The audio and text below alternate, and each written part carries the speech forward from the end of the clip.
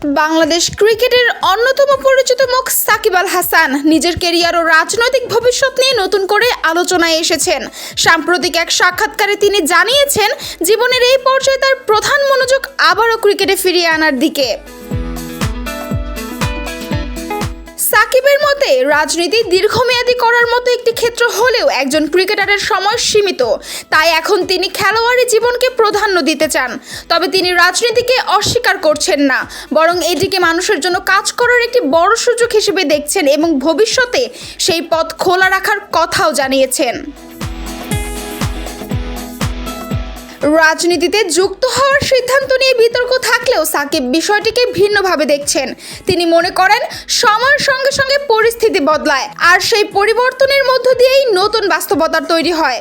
ভবিষ্যতের একটি সুষ্ঠু ও ভারসাম্যপূর্ণ রাজনৈতিক পরিবেশ ফিরে আসবে বলেও আশা প্রকাশ করেন তিনি, যেখানে জনগণের মতামত হবে মূল নির্ধারক।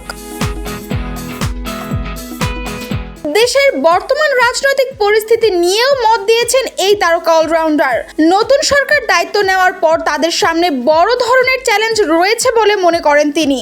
সাকিবের ভাষায়, দেশের সংকট কাটিয়ে উঠতে হলে সব পক্ষকে একসঙ্গে কাজ করতে হবে। শুধু প্রতিশ্রুতি নয়, বাস্তব উদ্যোগের মাধ্যমে এই চ্যালেঞ্জ মোকাবেলা সম্ভব।